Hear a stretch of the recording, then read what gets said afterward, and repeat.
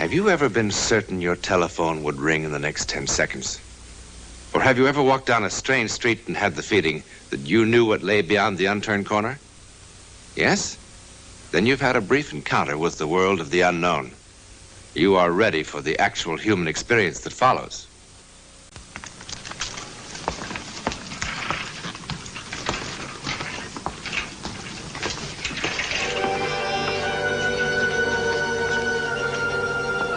None of us is ever really prepared for that moment when the thin shell of reality cracks and the world of unreality, the psychic world, is thrust upon us.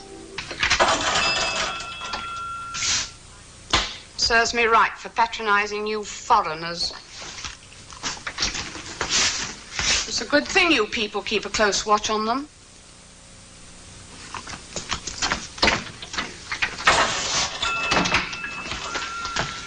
Morning, Carl. The gates, George. Well, at least she didn't call me a Hun. Look, why didn't you tell her? Tell her what? That I wasn't a Nazi? I was. The Kaiser didn't use poison gas? That he did. Well, look, you can't go on feeling guilty forever. Who has a better right?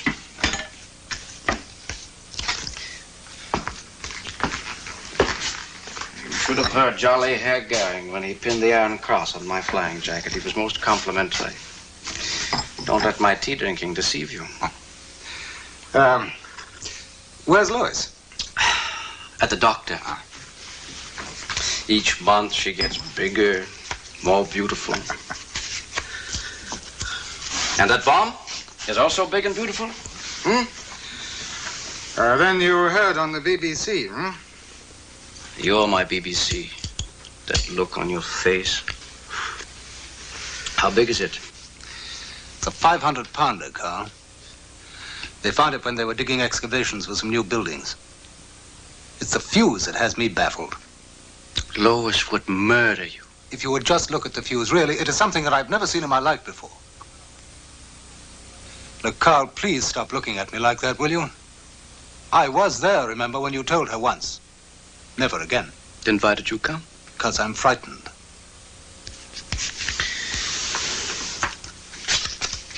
Because you are stubborn. All you English are stubborn.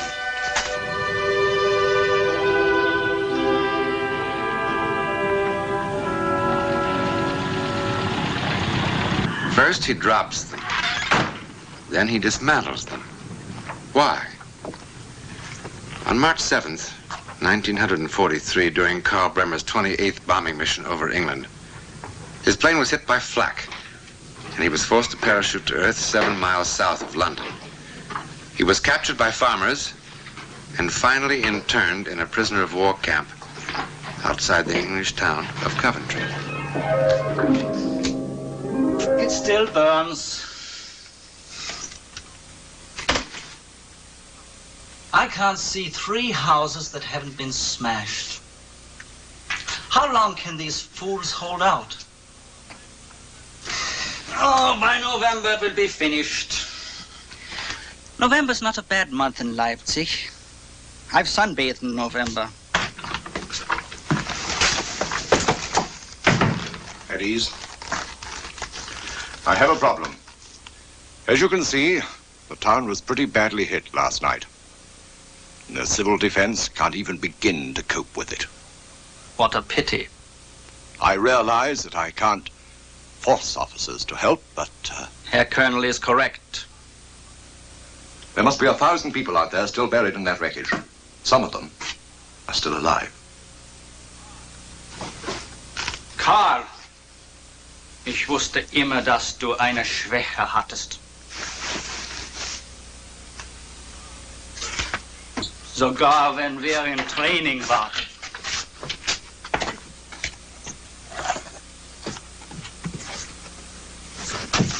Well, that's the last of them.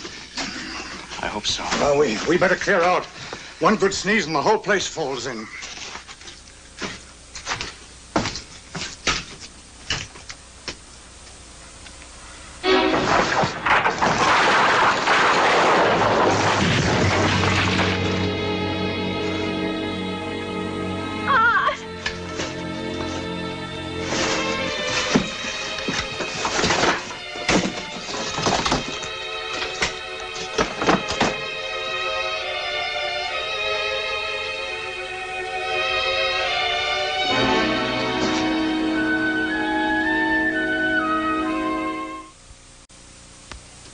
Must be a dud.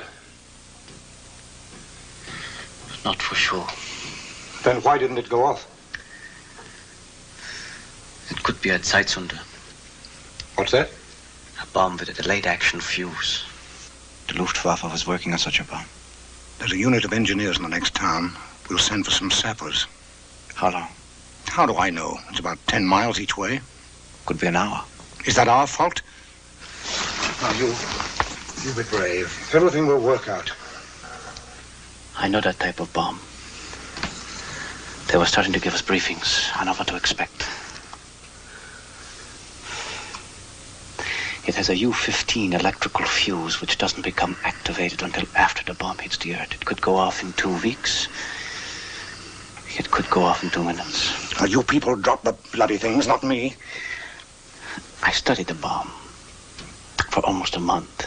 They blindfolded us and made us defuse a dummy bomb so that we would be prepared in case anything went wrong in flight. So? An electric magnet is needed, the kind they use in machine shops. If the fuse is a U-15, it can be made harmless by drawing the pinions into the bearings. You're a prisoner of war. You don't have to do this.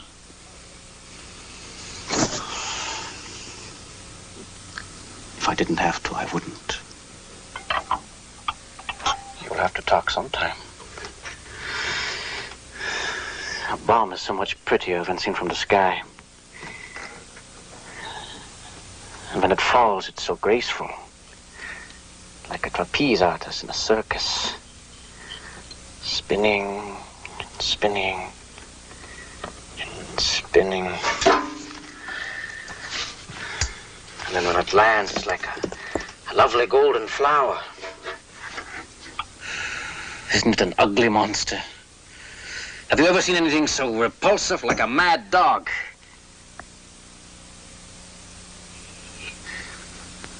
But then what harm can a mad dog do when you tear out its teeth?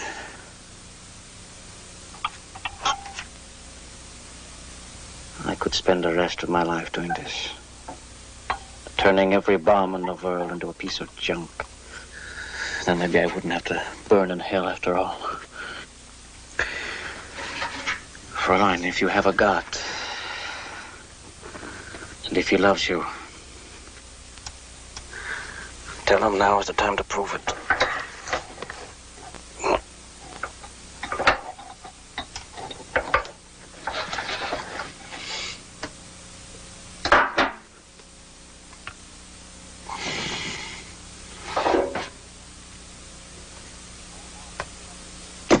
All bombs should be like this. My name is Lois. Lois.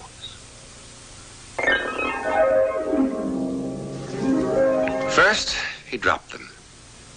Then he dismantled them. Why? Now we know why. Now in 1949, here in London, where hundreds of unexploded bombs still remain undiscovered, we know why. Doesn't look too bad. Too far back, isn't it? But normal. Just be careful. Give me a hand. Right. Here.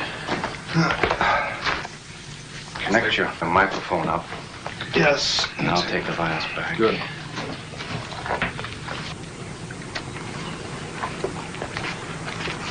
What's happening now? Captain Davis is going to start removing the fuse. Well, what's that for? Hook up to the tape recorder. What's a tape recorder for? Playback at parties? Should the bomb explode, there'd be a record, which might tell us what not to do the next time. Baker 2, do you receive my signals? Hello, George. The equipment checks out. I'm now going to try to work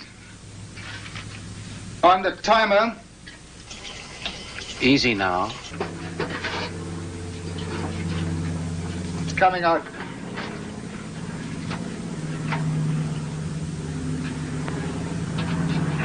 Coming out very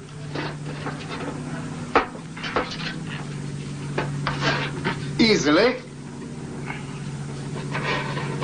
Slowly. Timer is clear.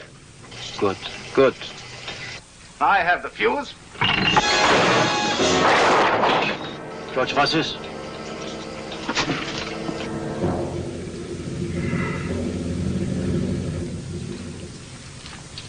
What a clumsy clot I am.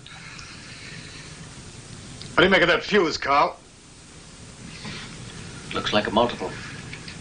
Well, then taking out the first one might make it operational, eh? Who else is there that can work on it? I can work on it. With your teeth? Like a radio battalion for help. No time. No time. Look, Doctor, give me a hypo and then get out of here, both of you, will you? An ass. Take him back to the control lorry. This is the last time. I mean it. Look, Carl. Come on, schnell. this isn't my idea. Carl, from now on, just forget where I live. I've expiated all my sins. And the idea of being a hero nauseates me. And a hero was sweating like a pig. Go.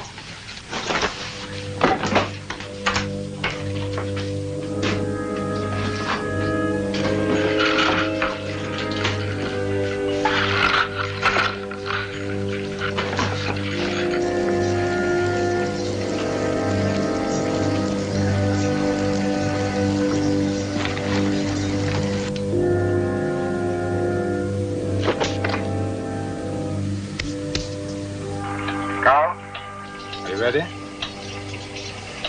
Watch that fuse. There seemed to be another wire there. All right. I have the fuse. Wait a minute. There seems to be a second.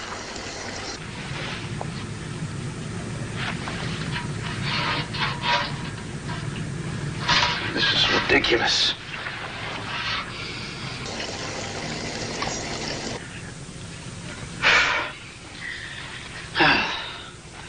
Sweat in my eyes. All right. Now, I'm going to reach in and try and ground the trembler properly.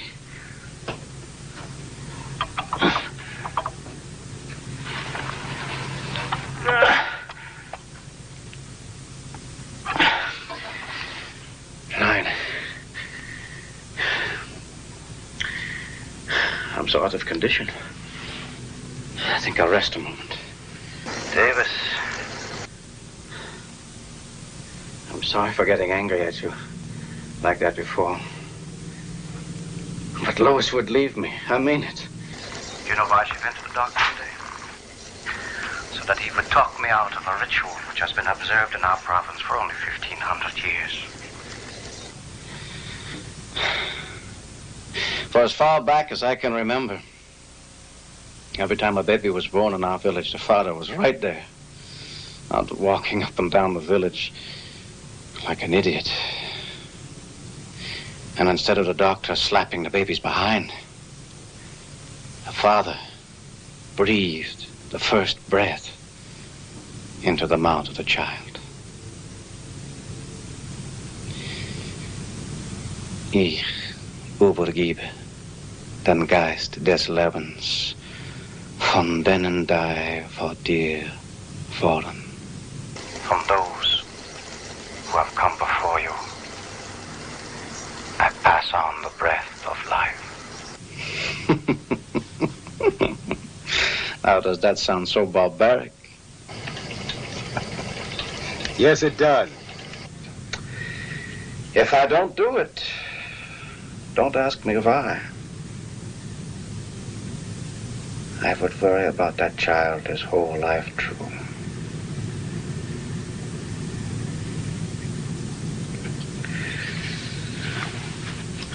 All right.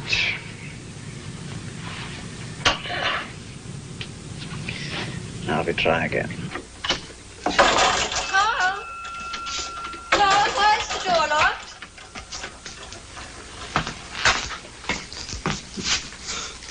Dear stubborn, back in half an hour. Stubborn. I hear something funny. A little chunk of green metal. The wire goes right through it.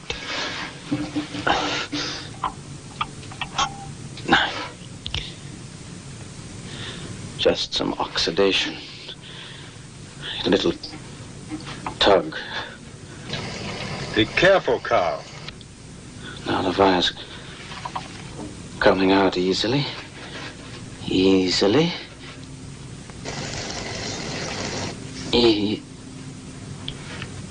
Let's go on, Carl. Oh, God!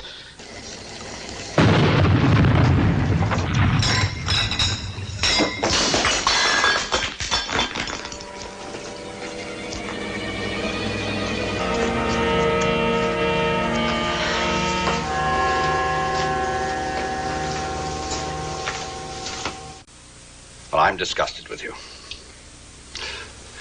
It's such a beautiful baby. Do you know how many women would give 10 years of their life for a baby like that? Well, won't you at least look at him? No. Then what in heaven's name are we supposed to do with him? Don't use heaven's name to me. You need that baby more than he needs you. You need him to hold on to reality. What's so marvelous about reality? Do you believe there is a heaven, Doctor? I do. And someone in heaven cares about us? I believe that too. I won't disillusion you, Doctor, by asking heaven to send back my love. Mrs. Bremer, would you kindly tell your husband that this hospital has certain rules and regulations? What are you talking about? Well, the nursery alarm light went off. I went to the nursery, and he had the baby in his arms. Is something wrong? This is my first night, and everything was going so well. There's no one out there. But he was there just a moment ago. Well, he couldn't have been. But he said it was his baby. Nurse, go back to He your... was standing there with the baby in his arms. Go back to your duties. Wait. As though you were breathing life into the child. Yes. What did he say? He was saying something tender and soft. But I couldn't understand it. Ich übergeben den Geist des Lebens, von denen die vor waren. It sounded like that. Nurse, you don't know the situation. I order you back to your duties. You're doing this woman irreparable harm. Is she, Doctor? Give me my baby. Give me my love.